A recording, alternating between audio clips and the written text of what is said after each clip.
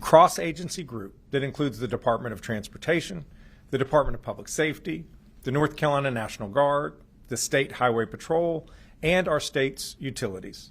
Soon you're going to hear from North Carolina Emergency Management Director Will Ray about the winter storm and our emergency response operations, and then from Secretary Daniel Johnson about NCDOT's work to keep our roads as safe as possible. As Director Ray will outline, this winter storm will likely impact the majority of the state.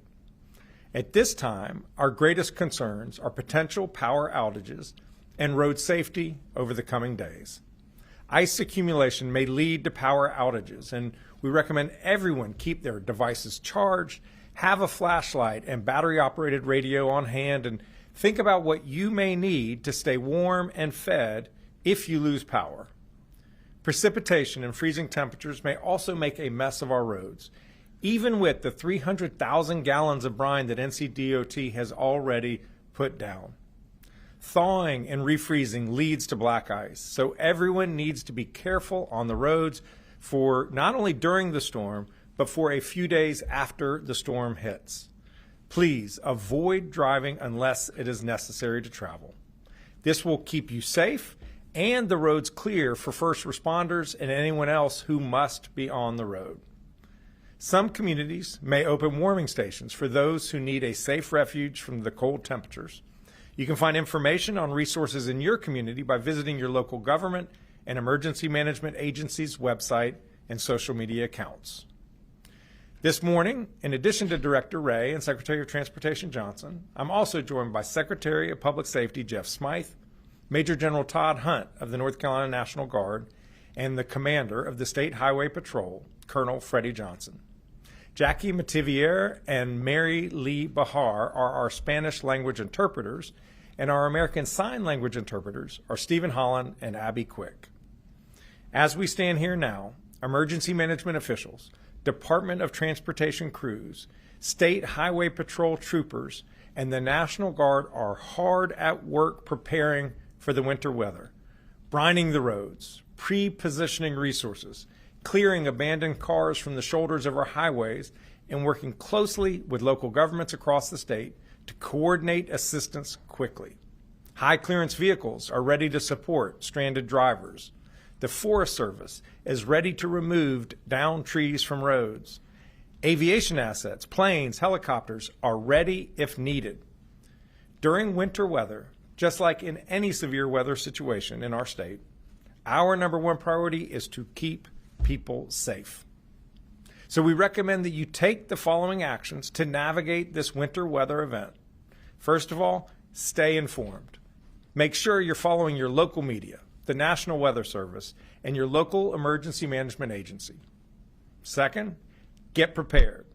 Think about what you would need during and after a major storm. Things like enough water, non-perishable food, medication, and supplies for 3 to 5 days for each person and pet in your household. Also, a flashlight, fresh batteries, a way to keep your phone charged, blankets, and winter clothing. Visit readync.gov for more detailed information about how you can best prepare. Next, make a plan. How will you safely heat your home if the power goes out? How will you cook safely if the power is out? And what will you eat if cooking is not an option? Where will you go if you cannot stay at home? Finally, let me repeat this. Starting Saturday, please do everything you can to stay off the roads. Unless you're a first responder or essential personnel, please don't drive unless you have to drive. Fortunately, we have 2 days to make sure that we have everything we need to ride out this storm. Don't wait until it's too late. And if as you're getting ready, don't forget to check on your loved ones and neighbors and anyone who might be especially vulnerable, including the elderly. None of us can control what this storm will ultimately look like, but each of us can get prepared. Be ready to stay home for a few days, potentially without power, and know that we are taking this storm seriously and we will do everything we can to keep you safe. Thank you. I'll now invite forward and turn it over to Director Ray. Thank you, Governor, and good morning, everyone. I want to begin this morning with the forecast as we have it currently, and then provide an overview of our operational posture. As the governor said, while there are still 2 days before this winter storm impacts North Carolina, confidence in the forecast continues to increase that this will be a significant event covering most of the state. Winter storm watches have been issued for most of the state, with impacts from this storm expected to last into early next week. The most impactful precipitation remains over the weekend, where a wintry mix is forecast across much of the state. Light precipitation is forecast to begin early on Saturday, spreading from west to east. The primary precipitation types include some snow, sleet, and accumulating freezing rain, with the best chances of any accumulating snow being in our northern counties. Our partners at the Weather Prediction Center have placed a probability of 60 to 90% for much of the state to experience moderate impacts. These impacts include hazardous driving conditions, especially on bridges and overpasses, damage to tree limbs from ice accumulation, and power outages that have the potential to be long-lasting. Portions of the state may experience major impacts, especially in the southwestern North Carolina, which can include considerable disruptions to daily life, with dangerous and often impassable driving conditions, as well as widespread power outages and damage to trees. As a reminder, ice accumulations of around a ½ inch of ice or more can cause an increase in downed trees or impact power lines and lead to an increase in power outages, as well as to hazardous travel conditions. Bitterly cold temperatures will move into much of the state Saturday and will last into Tuesday at this time. There are several important reminders if you lose power during this storm. Please ensure that generators are operated outside and away from open windows or doors to prevent carbon monoxide poisoning. Never burn charcoal indoors or use a gas grill indoors. Properly vent kerosene heaters and make sure that all heaters have space around them to reduce fire risk. Use battery-powered sources of light instead of candles to, again, reduce fire risk. And make sure that you have plenty of warm blankets and clothing available. Based on the current forecast, hazardous travel conditions are expected Saturday and Sunday and may remain for several days due to the lingering low temperatures. As the governor stressed, we would ask all North Carolinians to finalize preparations by Friday night and plan to stay off the roads this weekend. Unnecessary travel not only puts you at risk, but also the public safety personnel, power crews, and DOT workers who are working to respond to emergencies, to restore power, and to clear roadways quickly. If you must drive in winter conditions, our partners with the State Highway Patrol advise reducing speed significantly, increasing the following distance between you and other vehicles, and clearing all snow and ice from your vehicle before traveling. Given the forecast, let's make their work easier by staying off the roads unless absolutely necessary. The State Emergency Response Team has been activated here at the State Emergency Operations Center as well as at our regional coordination centers in Kinston, Burlington, and Hickory. Key partners such as the Department of Transportation, the North Carolina National Guard, and the State Highway Patrol, as well as the Department of Health and Human Services, are working to address any resources or support that is requested by our local communities. We've also activated our warehouses in Burlington and in Baden and Stanley County. As of this morning, the State Emergency Response Team has provided water, meals, medical supplies, and heating equipment to local communities or partners who have requested that support. We're mobilizing elements of the North Carolina National Guard over the course of today and tomorrow to be able to assist with stranded motorists, assisting first responders with their emergency response, roadway clearance, and commodity distribution. Additionally, we are placing aviation assets from the North Carolina National Guard and the State Highway Patrol on standby for any rescue or movement of critical resources and personnel into impacted communities as this storm moves out of the state later this weekend and as conditions allow. Hotspot crews are being deployed along our major roadways, primarily in western North Carolina, along I-40 in Clyde, I-40 at Old Fort in McDowell County, on the Saluda Grade in Polk County, along I-77 and US 321 at Turner Grade in Surrey County. As a reminder, these are combination teams of the NCDOT and North Carolina National Guard to ensure safe movement and address stranded vehicles from along our major roadways. These teams will be moved around those impacted areas as needed. The North Carolina Forest Service from the Department of Agriculture will be activating personnel and equipment to assist communities with tree removal from roadways as necessary to ensure both public safety access and general support to those communities. Strategic communications personnel and equipment are being positioned to assist with ensuring communication pathways are sustained and quickly restored if impacted. Our partners at the North Carolina Office of Emergency Medical Services are monitoring the needs of our healthcare community across the state, particularly our licensed care facilities and hospitals, to quickly address any needs impacting patients. We will continue to work with the entire state emergency response team, our local and state governments, the private sector, and our nonprofit and volunteer partners as the forecast continues to evolve to ensure we can support the 11 million North Carolinians. As we go into the weekend, it is imperative that, again, all North Carolinians are prepared with a personal preparedness kit of food, water, flashlights, batteries, and a plan to stay warm if you lose power. For preparedness information and checklists, as the governor said, please visit readync.gov. Finally, please check on your friends, your family members, and your neighbors, or those in your community who may need additional support this weekend. We are stronger and more resilient together. Thank you, Governor. Thank you, Governor and Director Ray. North Carolina Department of Transportation has been preparing for this storm all week. Our crews and contractors have been busy over the past several days, pre-treating roads, preparing their equipment, and rebolstering our supplies of salt. As noted before, the latest forecasts show a widespread event that's likely to spread ice throughout the state of North Carolina, and an event that has the potential to impact all roads in North Carolina. Some locations could see winter weather like they haven't seen in years. For these reasons, this storm has our full attention. We have more than 2,100 specially trained employees available to respond to the storm. More than 1,100 of those employees have already been hard at work pre-treating the roads. They've pre-treated thousands of miles of roads with over 300,000 gallons of brine. We also have 1,250 dump trucks that can be fitted to clear snow and ice. We've got 913 contract trucks that are prepared and 217 motor graders on standby. We are staging some of that equipment in areas that are known trouble spots during the winter storm. We have more than 150,000 tons of salt to treat roads and are actively securing additional salt to replenish supplies throughout the storm.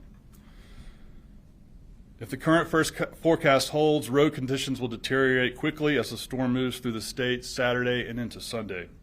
Our crews are prepared to work around the clock in shifts to plow and treat snow and ice until the state-maintained roads are cleared. This includes our teams that will work to remove fallen trees and debris from roadways and work with our utility partners in instances that involve downed power lines.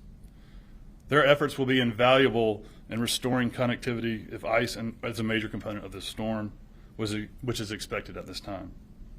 As always, our first priorities are the major interstates, followed by 4-lane highways, state and U.S. routes, and then secondary roads. We also have a support system in place so staff from less impacted regions can shift resources throughout the state where needed. We always work with our partners in the State Highway Patrol and the North Carolina National Guard as well. As noted before, this storm could be significant, followed by a prolonged period of cold, which means the roads could stay icy for the days ahead.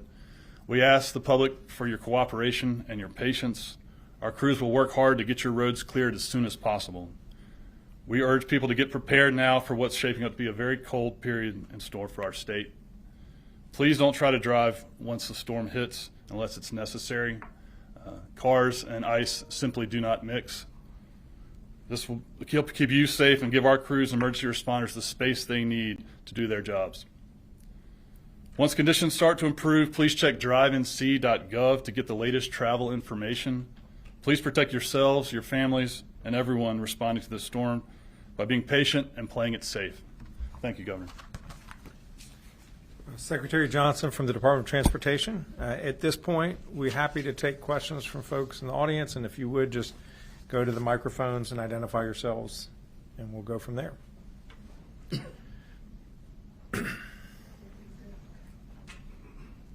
Hi there. Are there any parts of the state that you're monitoring closely as this storm has the potential to come with some pretty serious impacts? The weather models indicate that the storm is going to hit the vast majority of the state in one way or another. The greatest likelihood of a lot of snow is in the far southwest, Transylvania County area. And really, it's only the far east where there may not be freezing rain or sleet or snow, but pretty much all of the rest of us need to be on alert.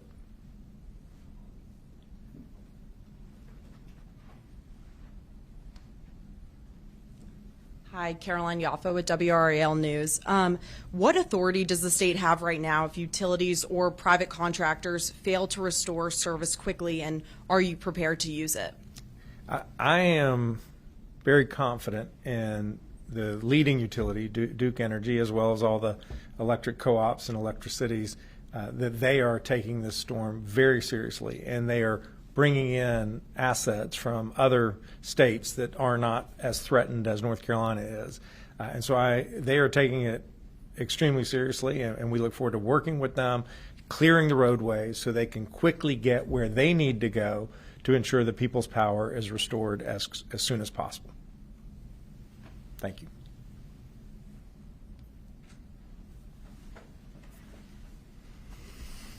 Hey, Adam Ladd from WNC.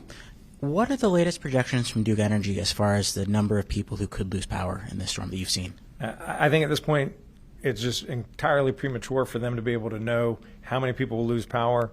It really all depends on how much ice accumulates.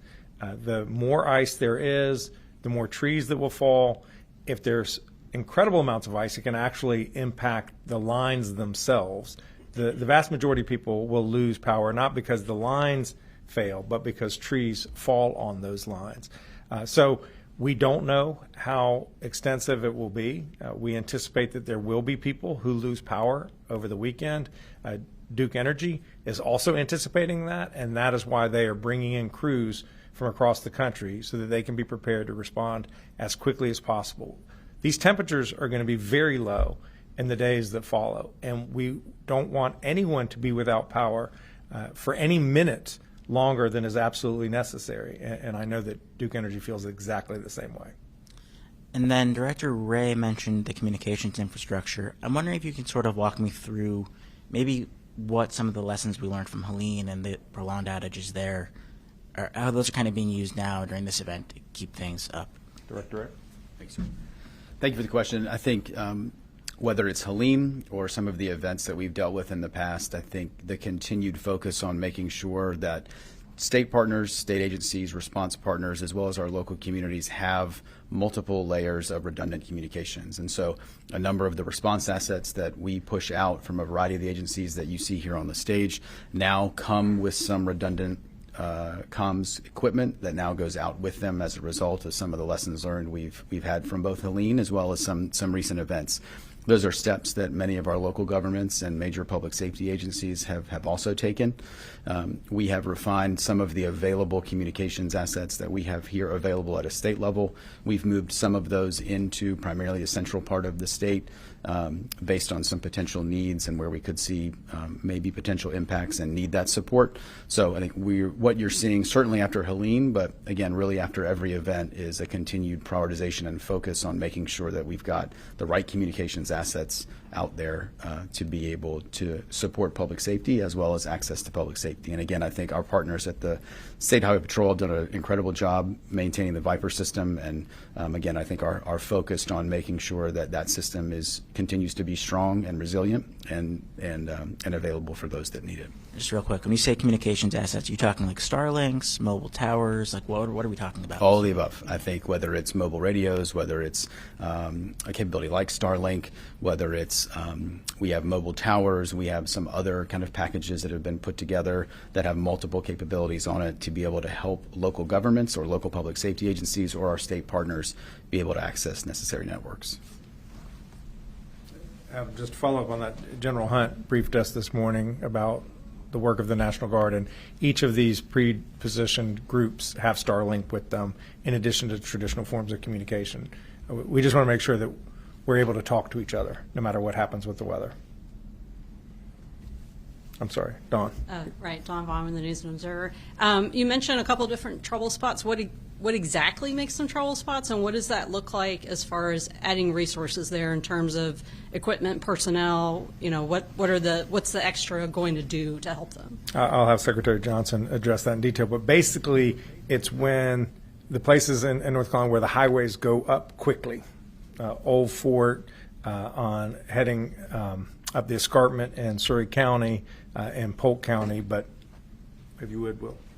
Yes, thank you, Governor. Yes, that's right. I mean, basically anywhere there's a steep grade where traction and it's in icy conditions, vehicles are likely to lose traction and lose control more frequently. So we pre-position. We know this from over time and learning from history. Where those spots are going to take place, and so we've pre-positioned some equipment there and some of our resources as well to try to accelerate clearing those roads and getting them back to usable condition. So is it more trucks? Is it communicating with, tractor trailer trucks that are coming through North Carolina from other states as far as getting the message out about those areas? And is it just plowing the roads? What specifically are you doing? I think it's a combination of all those things. I think our ITS team is working hard to get communications out, and we'll continue to monitor the storm.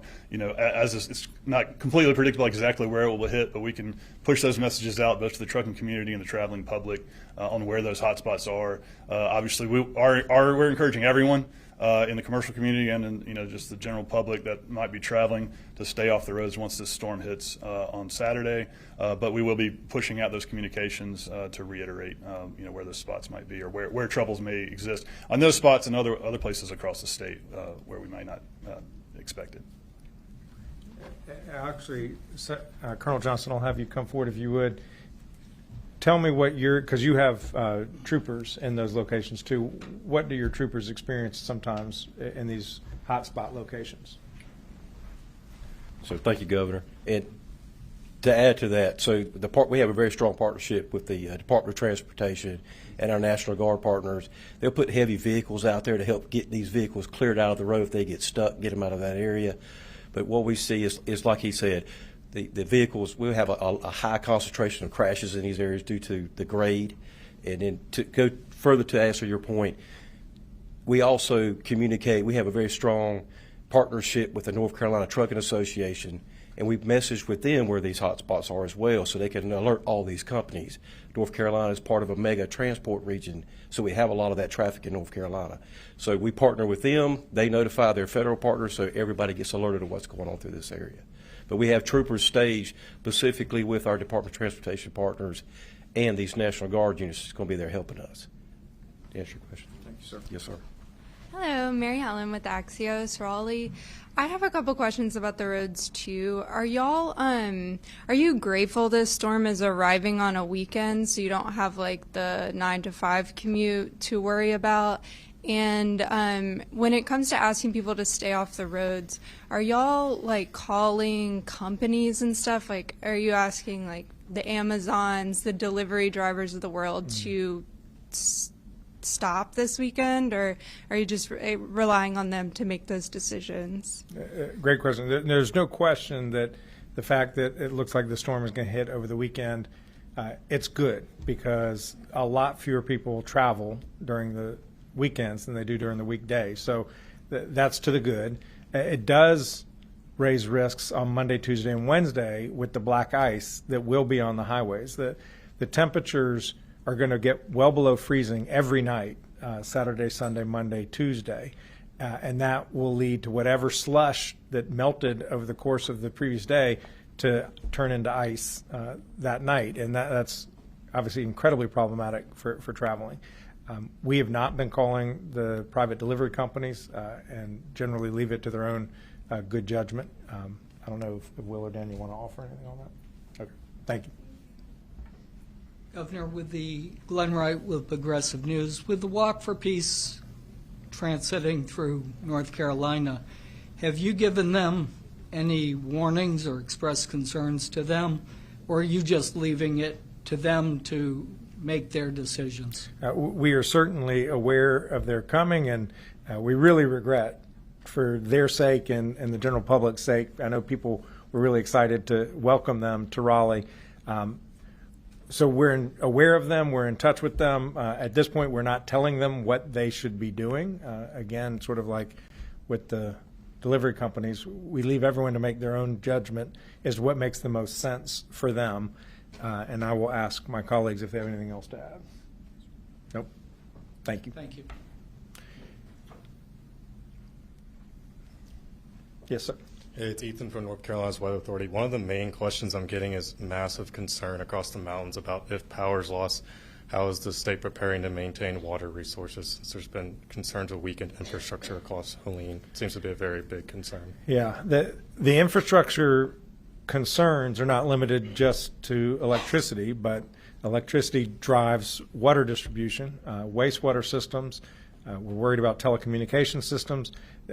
This has the potential to be a massive disruption to people's lives.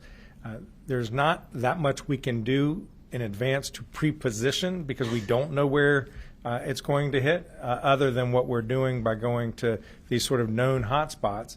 But one reason why we have the aerial assets on call is so that if we learn about a specific community that has experienced some catastrophic damage to their water infrastructure, that we can get resources to that area as quickly as possible to get those resources back online. Anything else? Good. All right, at this point, we'll take questions from folks who are by phone. If you could, just identify your interest in making a question, and you will be called upon. And again, it would be helpful if you identified your name and your media outlet. Hi, Governor. Thank you so much. Thank you so much. Hi, Governor. Thanks so much for taking our questions. Forgive me if this has already been answered, but the I-40 heading through the Pigeon River Gorge, heading into Tennessee, tends to be a major problem area in previous storms. Is there anything in particular that's happening there this time around? Will that road be open over the weekend? And anything else that people should know if they're heading that way? That was a topic. Thank you for your question, Felicia. That was a topic during our morning briefing. Colonel Johnson has been in close communication with the Tennessee Highway Patrol, and it's something we're keeping a close eye on at this point. The highway has not been closed at this moment, but we will keep an eye on it. Next question. All right. Thank you all so much for being here. Thank you.